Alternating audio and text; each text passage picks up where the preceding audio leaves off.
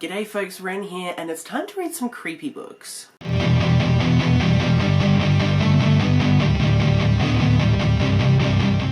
So, for Halloween this year, Amazon has brought out 6 novellas, and it's called the Creature Feature Collection. And in this collection, there are 6 novellas by prominent horror writers. They're all really short, and the covers are amazing. And I thought, why not read all of them? I guess I should have some kind of like rating system. So how about I'll rate it by if it's a complete story, because sometimes with novellas, especially with ones that are this short, sometimes it's like you needed more in the story to get the whole story, you know? We'll rate on, was it actually creepy? Was I scared? We shall see. And then we just do like a general rating, because I can't think of anything else. 3 categories, 6 books. Okay, so the description that Amazon gives for this collection: gather round as today's most diabolically clever authors twist simple moments into otherworldly horrors. An empty baby stroller, a scratching underneath the bed, a farmhouse in the moonlight. With an unnerving sense of macabre, these stories transform our greatest fears into bone-chilling realities.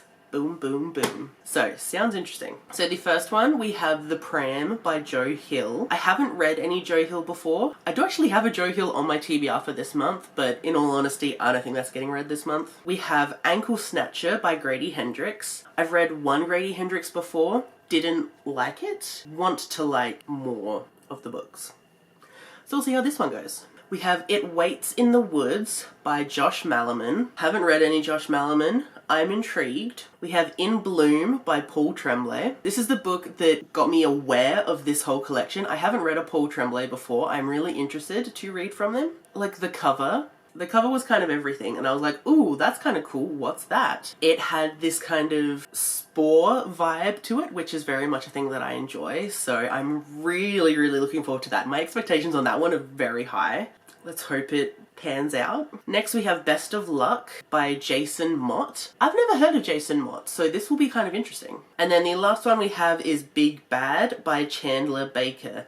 Again, never heard of Chandler Baker, but Big Bad just kind of gives me werewolf vibes, which I love. We'll see how all of these go. They're all very, very short. We are going to move to a different section. I'm going to start reading The Pram, and we'll see how this goes. We've got the pram, we've got the vibe, got some ambiance in the background. Now, I'm wondering, should I read the synopsis of these? Because, like, they're so short. Okay, a husband's obsessive desire for a child leads to an unexpected manifestation of his yearning in a nightmarish short story about fatherhood dreams by New York Times bestseller author Joe Hill.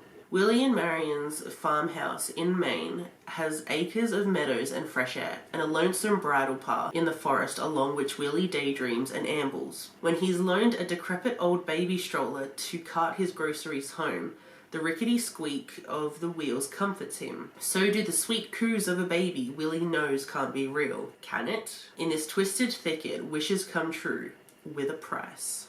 Okay, let's give it a go, shall we? Swear I won't forget this, why do I regret this? In my mind reckless, thoughts are feeling endless. Sitting up I'm breathless, anxiety's infectious. I feel so defenseless, betrayed and embarrassed. I hate being open, I hate being broken. I feel like an ocean filled up with emotion. Anger ain't a potion, rub it on like lotion. I can feel it soaking, reopen, the scars have awoken. I can't move on till I let go. I feel so lost, never at home. Need to be strong, every breath hope. Cause I just finished The Pram by Joe Hill, and I don't know. So yeah, it was about this guy that in the end, like, he is grieving the loss of his child because he kind of never got to. So his wife had a miscarriage and she had a very intense grieving period for the child, but her husband kind of never did, and that has kind of left him open to this malevolent spirit in a way. I don't really know how to describe what the creature is, but there was this really interesting thing about like religious sect called like the Sin Planters. They kind of more worshipped in the forest, and they planted trees and they thought trees had powers, and there was a ley line, and like one of their sacraments was you carved a cross into your hand and bled on a tree. So that was all very prevalent, and like that was really interesting. I think I did want to know more about that because like that sounded awesome. And these people, like over generations, the trees that they planted ended up being like the trees that they were hung from, like over a very long period of time. But like that was also a cool little creepy thing. I liked that. Our main character, he goes to basically like the supermarket, and he crosses a grove of these trees where there's the ley line and all of these trees. He crosses that to get there. And then at the shop, the shopkeeper is like, here's this really old disgusting pram that you can put your groceries in and take it home. And the guy does, which like, the descriptions of this pram, I would not put food anywhere near it, ever. And I wouldn't touch it either. Because he's talking about there are like these big splotches of mold everywhere, and it's just decaying and something has died in it. And he's like, yeah, I'll put my food in that. Ew, so gross. But like he takes it and he starts walking it through this, they call it a funnel. So he starts walking it through the funnel, and he like starts singing under his breath as if there's a baby in the pram. Then like he thinks he hears a baby cooing, and he's like, oh, what is that? And so over a month he keeps like taking this pram through this funnel, and he was like pouring his resentment into it over the loss of his child and any kind of negative feelings he was feeling towards his wife. Not that he blamed her for the miscarriage, like when he was in his right mind he didn't, but being very overcome with his emotions, he did have some resentment towards her and some hatred. So he was like pouring all of that into this idea that there was a baby in the pram, and you know, he thought he saw like a hand coming out of the pram and like kind of waving to him, and that in the pram it felt like a baby and not like groceries. So that was kind of cool. At the end, he finally like kicks himself out of this belief that the baby is real and that it's his son, and that's when the baby kind of reveals itself. So the baby like crawls through the dog door. It starts crawling upstairs to where this guy's wife is, and there was a line where it was like, I can't be a father, but I can still be a husband and not let this thing go upstairs. I was like, yes, you protect your wife. Like, that was awesome. And so then he like gets the baby to come to him instead of going anywhere near his wife, and then the baby like lunges for him, because this baby was just like really disgusting looking, but it like lunged for him, and there was very descriptive of how his knee shattered, and then the baby just started like eating him. And then this, like, the Sin Planters are all coming to this house because they're, like, watching the baby eat. And they're like, alright, come on, baby, you've had your fill. And they, like, swaddle it and put it in the pram and, like, walk away. And I was like, that's pretty cool. I did very much like the ending. There was a lot of bits in this where I was like, yeah, okay, I get the vibe. But then towards the end, I was like, yes, like I was really enjoying the ending. I think this would be a really good horror movie, and this is kind of the type of horror movie that I enjoy, where it's small town, people moving into town, and you know, there's a history of something. Let's go for these 3 categories that I'm working with. So first one I think was it creepy? I think out of 5 for the creep factor, I think I would give it a 3, because it wasn't like super scary. It was a little unsettling because we also see this guy like losing his mind a bit, which is always a kind of like terrifying thing to read about. And like the ending, really good. And I think if we didn't have the ending, it might have been like a 2-star for the creep factor, because like it was more unsettling than scary. Then for the is it an entire story, I think I would give that a 4 out of 5, because it did wrap up nicely. We got like beginning and end, and it was like a contained story. I do definitely want to know more about the history and these sin planters, but that's from just them sounding really cool. It wasn't because we didn't get enough information and I felt anything was lacking. It was just because they sound awesome, I want to know more about them. And then the last rating is just like a general, what did I rate the book? So I'm giving this a 3-star because it was good and I did enjoy it. It would make a great movie. I think I wanted something a little bit more creepy. This story kind of was more along the, I guess, psychological pathway, which can sometimes be interesting, not always interesting for me. The next book is Ankle Biters by Grady Hendrix. I do kind of have some high hopes that Grady Hendrix is going to scare me, because that's what I'm here for. I'm here to be scared. Oh, this one's even shorter. This is only 29 pages. Obey the rules. It's the only way to survive the night. In a short story about what hides in the dark by New York Times bestseller, Marcus grew up believing his father killed his mother, then blamed it on the boogeyman under the bed. Always leave the lights on, his father warned, or the boogeyman will get you. Marcus still heeds the superstition, especially when he invites his new girlfriend over. Is Marcus haunted by a creature, or has he just inherited his father's murderous delusions? The night will tell. That sounds good. Sounds really good. I can't move on till I let go. I feel so lost, never at home. Need to be strong, every breath though, 'cause I can't move on till I let go.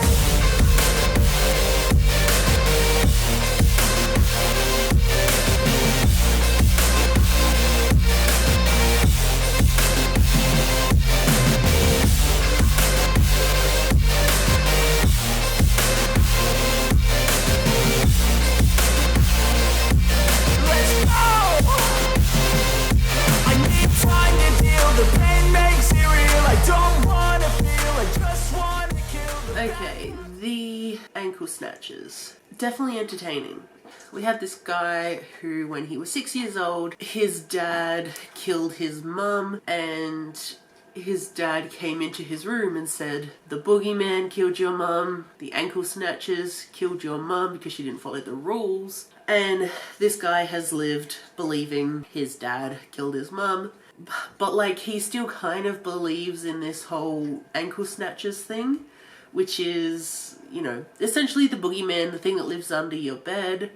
And the rule is it will get you if you step out of bed without turning on the light. So if you step out of bed and it's dark, it'll grab your ankle and pull you under the bed. But if you have the light on when you step out of bed, you're okay. Now this guy, he meets a girl, takes her home, and they spend the night together, but she gets out of bed without the light. And then she gets dragged under the bed. There's lots of hands pulling her down, and then all this guy can hear is like squelching, crunching, sucking noises as the ankle snatchers presumably eat this girl. And then the next day the cops show up, arrest him, he gets sent to jail. He goes to the same place that his dad was put in jail. His dad isn't there anymore, his dad got moved to another place. But in jail he met this guy who said, you know, I know about the ankle snatchers, so do a bunch of other guys. You know, it's happened to them where, you know, it was something like we're paying the price for the boogeyman's crimes. That was a good line. But then our main character, he's like, no, you guys are all delusional. I don't believe this. And he's like, I'm going to take responsibility for my actions. And then he gets put into regular jail instead of like isolation. And he's on a bunk bed where he's supposed to be sleeping on the top bunk. And he's freaking out because, oh no, ankle snatchers are real. The guy below me is going to get dead. And then the book ends. Like, it's hard to describe because, like, this one was very short. It was, like, 29 pages. And it was interesting. I don't know if I'd say it was creepy. Like, I have definitely had the fear as a child of, you know, it's late at night, you get out of bed, something under your bed could come and grab your ankle. Like, I've definitely had that fear. But, I don't know, this didn't hit.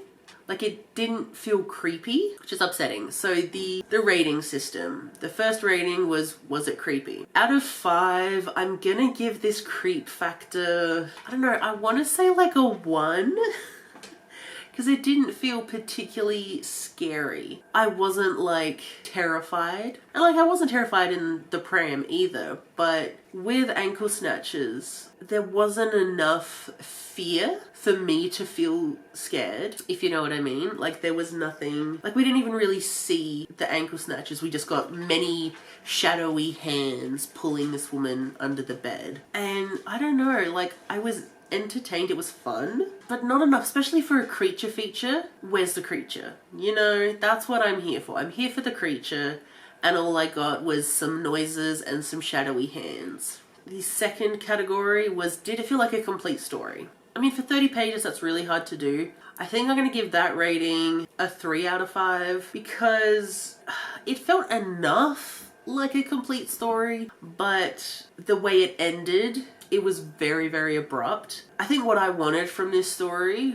was our main character's cellmate to have been killed by the ankle snatchers, and then our main character gets sent to the same place his dad is at, and then the two of them meeting again and being like, right, let's hunt the ankle snatcher. And then lots of blood ensues from that. Like, that would have been really cool instead of it just stopping very abruptly, you know? Like, I wanted a bit more of the kind of storytelling aspect of these ankle snatchers. And then number 3 was my overall rating. I think I'm gonna give this a 2 out of 5 because the more I've talked about it right now, I'm like, yeah, it wasn't actually that good. Originally, I was thinking a 3-star, but it was definitely a low 3-star. Now it's definitely a 2-star. There just wasn't enough. And I don't mean in like, there wasn't enough pages. There just wasn't enough of this creepy creature. There wasn't enough blood and gore. That's the main thing. There wasn't enough fear or anything just really kind of like, ooh yeah, that would be creepy. Grady Hendrix, unfortunately, still not an author that is really connecting with me,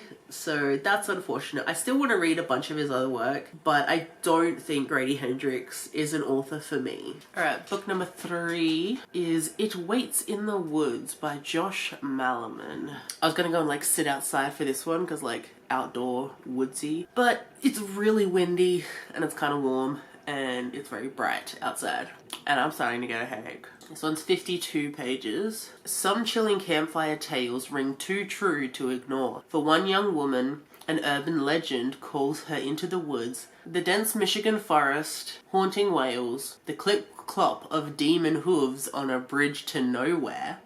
It's more than a tall tale to Brenda Jennings, whose sister disappeared in those woods one fateful night. 3 years later, on a solo stakeout in the dark, Brenda goes in after her. She's desperate for answers and terrified to find what lies waiting on the other side of that bridge. A bridge demon? Hell yes. And it gives me chills, a nice road it feels. I slip off the peel and crash all the steel. Will I ever heal? I can't move on till I let go. I feel so lost, never at home.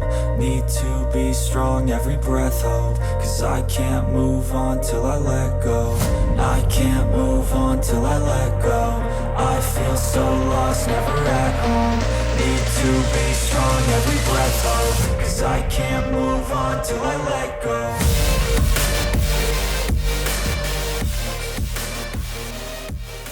Okay, so I finally finished In the Woods, is that what it was called? I will say this took me a really long time to read. It was only like 52 pages or something. I got halfway and then I needed to like go lay down for a long time and scroll. So that's what I did for like, I don't know, 2 hours. I just needed to not be reading. So I don't think that had anything to do with the book. That was just, it was that particular time of day for me where my energy levels just crash. But It Waits in the Woods is about this young girl. When she was 15, her little sister went missing and things were never the same after that. She was never found. Now at 18, this girl is going back into these woods to look for her sister because in the years since, she's heard a story about Ospo, which is an imp of this forest where there is this white bridge with yellow details, and there is a hooved creature there that will steal girls and women, and it will take their faces because its face was lost at some point, and so it's just spending eternity looking for its face. This girl has gone back into the woods and she's trying to find this Ospo, and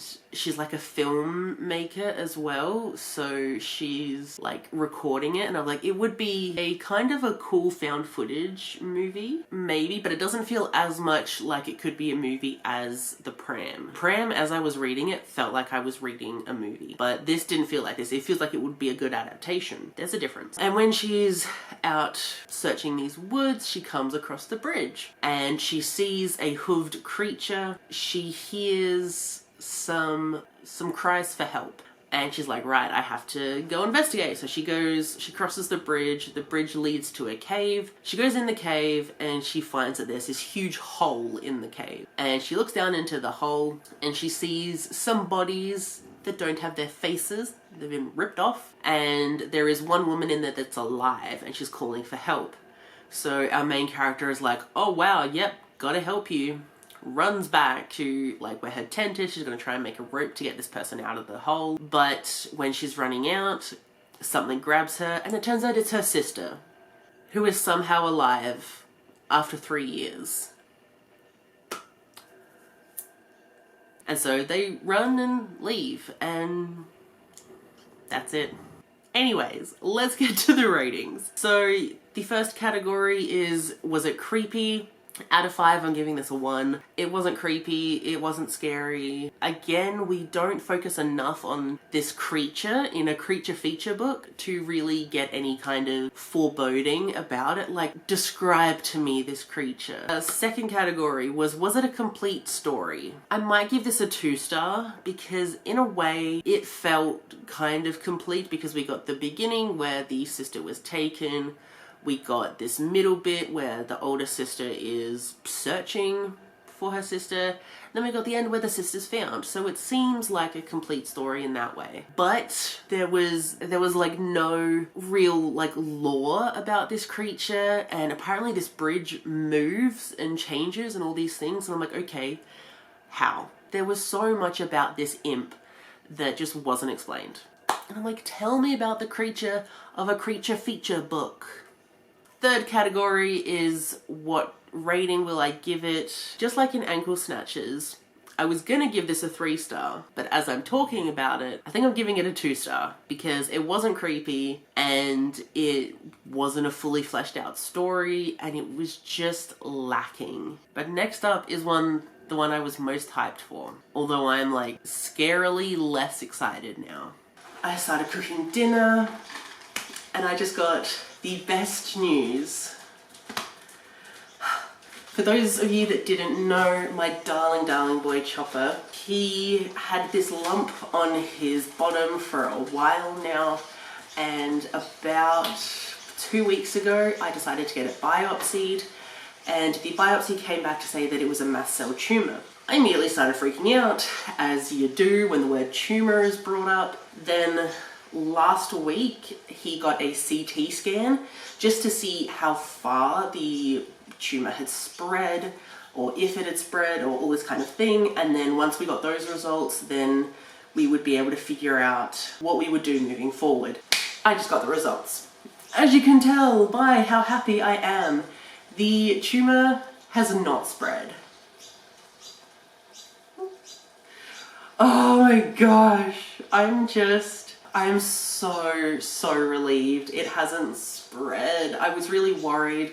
I was beating myself up a lot for this because he had that lump for like a year and I didn't get it seen to until recently, so I was like, oh no, it's had so much time to spread throughout his whole body. So I was really guilt tripping myself for a long time there, but it hasn't spread, which is just amazing. I was also scared because in one of his previous blood tests, his liver enzyme numbers were a bit elevated, so I thought, oh no, it spread to his liver. It hasn't. His liver looks fine. Yeah, the vet was like, that was probably just a reaction to the cancer, which is what Erin said when I was freaking out about that, so thank you, Erin. You're amazing. The vet also said that in that CT, they found that some of the lymph nodes on and around his spine were a bit enlarged, and they've come to the conclusion that they are pretty sure that it is not the cancer spreading. They think the enlarged lymph nodes are just, again, a reaction to the cancer. So I am super pleased. So what we're going to do now is he's going to get the lump removed, and it'll be a pretty big surgery because it's a fairly decent sized lump, and there's not a lot of skin there that they can really help close over the wound. They're going to potentially have to do some kind of skin grafts maybe. They're going to talk about that tomorrow amongst themselves to try and figure out the best plan for him, but they're going to call me tomorrow with like a finalized plan in a way, and then we're going to try and get him into surgery as soon as possible, which will hopefully be within a week or so. It's the best news because he's my everything. But on to the book. So as I'm waiting for my food to just simmer a little bit, let's talk about In Bloom by Paul Tremblay. This one is only 35 pages, which is good because I think I am kind of getting a little bit run down with all of the physical reading. Also, it's really hot right now because I have the stove on, so I am hot. But okay, this synopsis for In Bloom. There's something in the water in this hallucinatory, you know what I mean. Short story by Paul Tremblay. Heidi Cohen is in Cape Cod investigating the sources of reoccurring toxic algae blooms along the coast. Love that. A local named Jimmy has his own theory for her. Every year, the fetid growth gets worse, but it's been going on longer than anyone knows. Decades ago, something happened to Jimmy that he's never forgotten. Is Heidi ready for the real story? Interesting. I love anything to do with like spores or like nature horror. Love that. So this should be good. Swear I won't forget this, why do I regret this? In my mind reckless, thoughts are feeling endless. Sitting up, I'm breathless, anxiety's infectious. I feel so defenseless, betrayed and embarrassed. I hate being open, I hate being broken. I feel like an ocean filled up with emotion. Anger ain't a potion, rub it on like lotion. I can feel it soaking, reopen, the scars have awoken. I can't move on till I let go. I feel so lost, never at home. Need to be strong, every breath hold. Cause I can't move on till I let go. I can't move on till I let go. I feel so lost, never at home. Need to be strong, every breath hold. Cause I can't move on till I let go.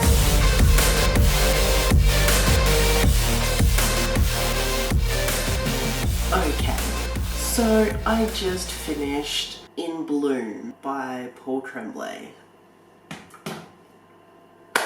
So it was about this woman, a journalist, asked a man about a thing that happened in 1983 where there was some kind of toxic algae outbreak, and he was a witness to it. So then he tells the story. We switch back to her point of view. She's driving home, and I think she gets involved in this in a new wave of a toxic algae attack, and then it ends. I honestly don't know really how to talk about this one because I didn't like it. Like a lot. I was skimming a lot of that because I think maybe I just don't gel with Paul Tremblay's writing style. Things were overly descriptive, and there were a lot of scientific terms used, or like Latin names for plants. Like, I don't care to know. I didn't care about the main character, or the fact that she might have had a thing with her roommate, maybe.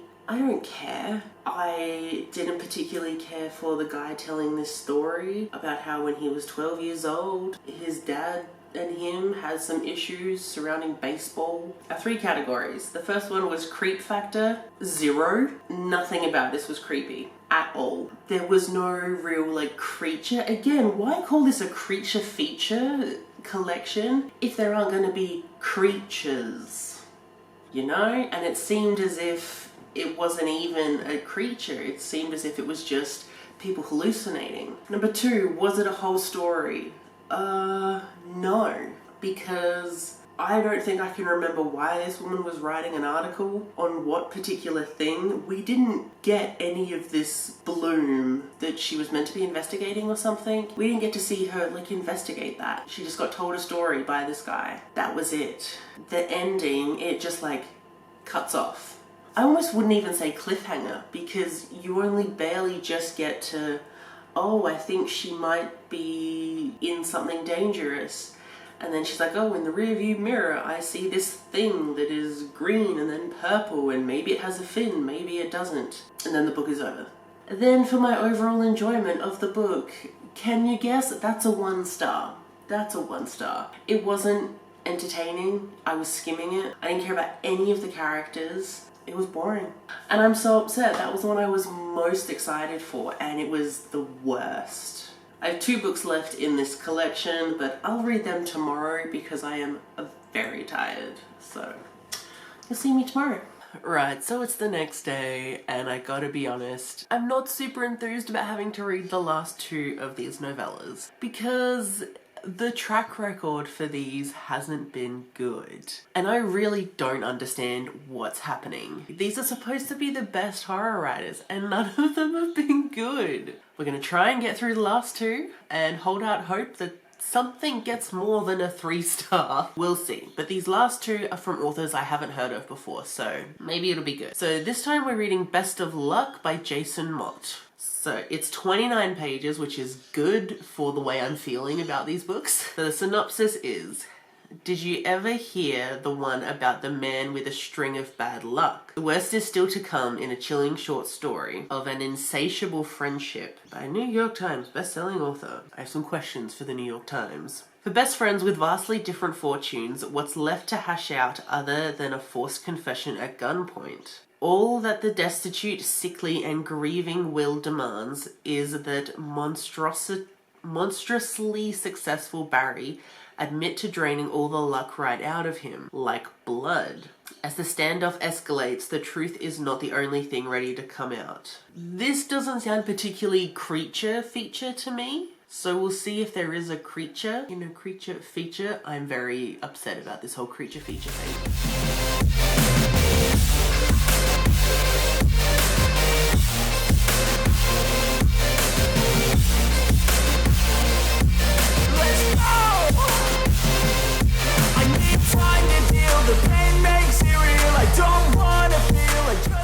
It's finally happened. I finally enjoyed one. So I just finished Best of Luck, and it was really good. Like, I'm so relieved that one of these was actually good.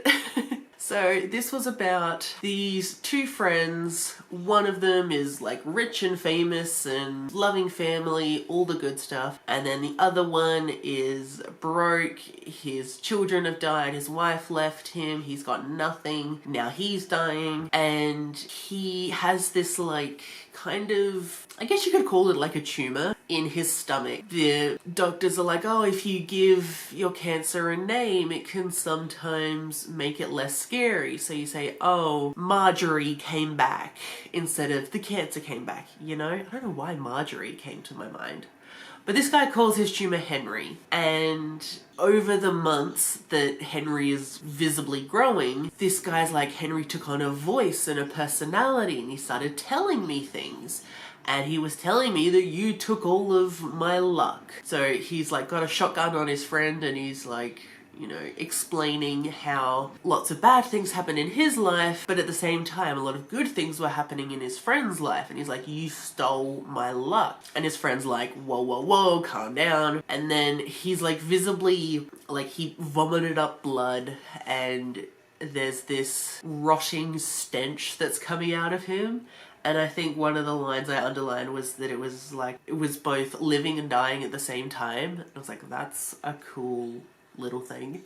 And then he's about to kill his friend as some kind of like revenge, but he can't. His finger isn't moving anymore, even though he's trying to make it, but it's not. And then he like starts clutching his stomach, even though he didn't give the brain signal for his arms to do that. And he's like, oh God, what's going on? And then his friend gets up and is like, sorry mate, everything you said was actually true. I did steal your luck. You're about to die. Sorry about that. And it was very like cool and sinister. And then this Henry is actually a creature that does like steal luck, and it feeds on luck and then gives it to someone else type thing. The guy's like ripping open his jaw, and then this Henry like climbs out of him. Oh, it was really good. I really enjoyed it. It was a good time. And I'm so pleased that it was a good time, because I wasn't hopeful. So my 3 factors. Number 1, creepy. So creepy isn't the right term, but I think I would give it like a 4 out of 5 for that kind of ominous feeling vibe. The tension was really good, and it was intense and foreboding, and you were just like on a knife's edge, just like waiting for it to like spill over. Number 2 was, did it feel like a whole story? I think I'll also give that a 4 out of 5. Because it felt like an entire short story. And I'll put it that way because it felt like a short story. It didn't feel like anything was missing, but I also don't think it would have worked as a longer piece of fiction. I think what it was perfectly adequate and exactly what it should have been. I think if it had been longer, the tension wouldn't have been as good. And even though we don't get like a huge amount of backstory for this creature, we don't know how it came into being or all that kind of thing, I don't mind about this one, because it was so well written, but also because like it feels better if you don't know about this one. And it's just this old entity that feeds off luck. You know, it's this kind of just this presence that's there. So I don't super mind that we don't get a whole bunch of detail about it. I think if I hadn't enjoyed the story as much, maybe I would have been more annoyed at that. If things are done well and are really entertaining, then I can overlook some things that I know I would find issue with in other stories. And then for the last category is just what's an overall rating. And I was tossing and turning. At the end of it, I was like, no, this is really good, and I did have a really good time. So I'm giving this 5 stars. I honestly didn't expect that, coming off of the first 3 where they weren't super great, and especially coming from an author that I have never heard of. So I will definitely be picking up some of Jason Mott's work, because this was really good. It was very well written. The tension was amazing. Oh, and it's our first BIPOC author. That's awesome. Oh, I can't believe I enjoyed this so much. I'm really pleased. Last one. Let's get this over with, shall we? So the last one is Big Bad by Chandler Baker. It's 59 pages. Might be the longest of the lot. But I've never read from Chandler Baker before. Never heard of them. But I hadn't heard of Jason Mott, and that turned out pretty good. So maybe this will be okay? So the synopsis. For a family trying to make an isolated farmhouse into a home, fear and rage are getting harder to control. The Strauss family is on a knife's edge. Sam is a resentful stay-at-home dad. Rachel feels the restlessness in her blood returning. Their children are getting out of hand, and a recent mudslide has forced the wolves out of the woods to look for food. As dusk falls and tensions rise, the family must come together to survive the night, from the threats outside and those within. Okay, that could potentially be interesting. I do love me some wolves.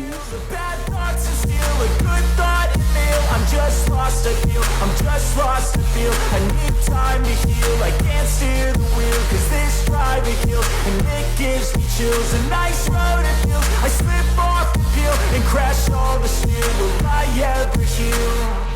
I can't move on till I let go. I feel so lost, never at home. Need to be strong, every breath hope. Cause I can't move on till I let Okay, so I just finished Big Bad. Like, it was good. I think I didn't like the ending, like it was really good until then. But we had this couple who didn't really seem to like each other, and this story kept going like back and forth between point of views. We had the husband, the wife, we had both of their kids' point of views. Something is happening, the wife is going on a trip, but she's actually not, and the husband like throws her into the cellar. This random guy comes over and he's like trying to shove his way into the house constantly, which was a little bit freaky. Gist of it is, turns out that the wife is a werewolf and she was changing, so the husband does what he always does and locks her away so she doesn't hurt anyone. And the mysterious guy that came in that was trying to shove his way in, he was a hunter, so he was there to hunt the wife. The wife escapes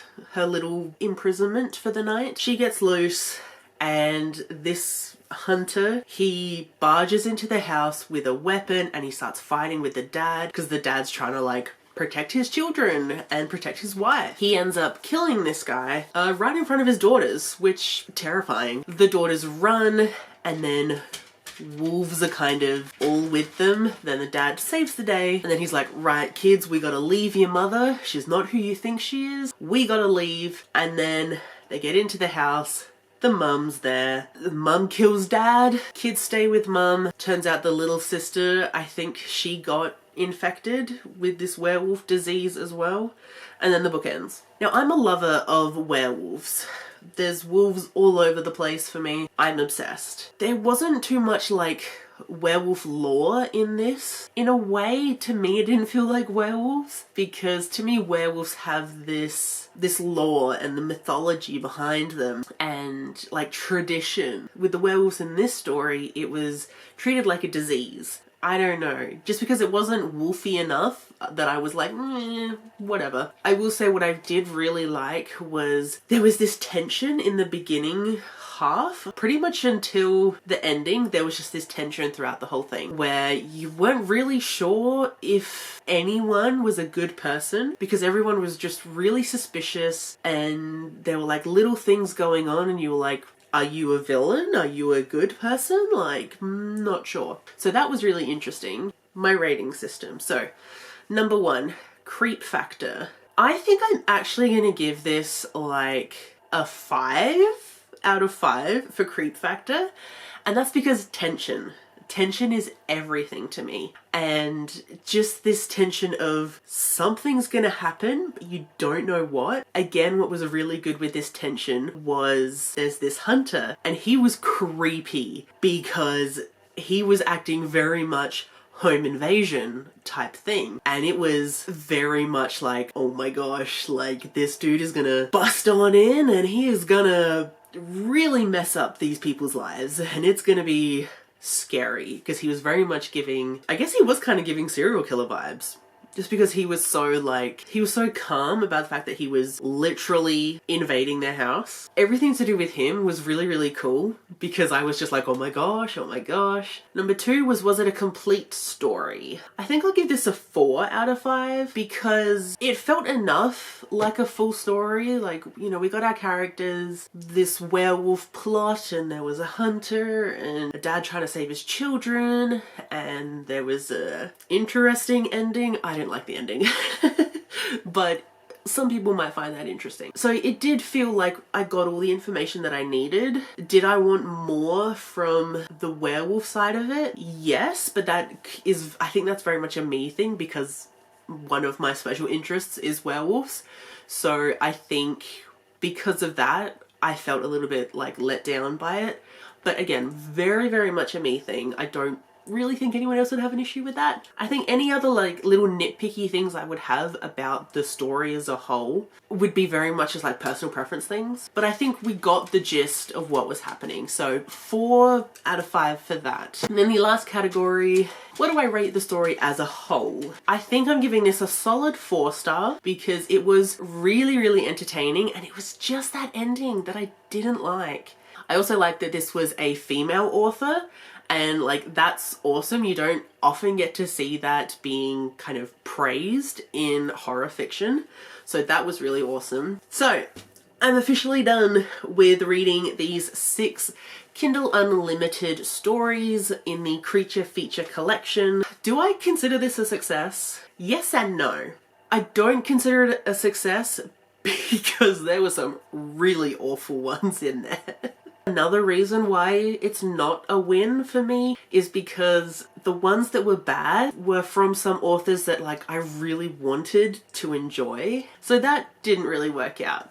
But I think overall it's mostly a win because I got a 5-star, which I did not expect. I also found some more authors that I really want to read from. But I have really enjoyed doing this, actually. It's been a really fun time. I got in some really good creepy vibes, so very much the mood for Halloween. So, if you have read from this Creature Feature collection, let me know your thoughts on what you thought of them. So I would definitely recommend reading this collection, even if there were some that I found awful, but that could very much just be a personal opinion thing.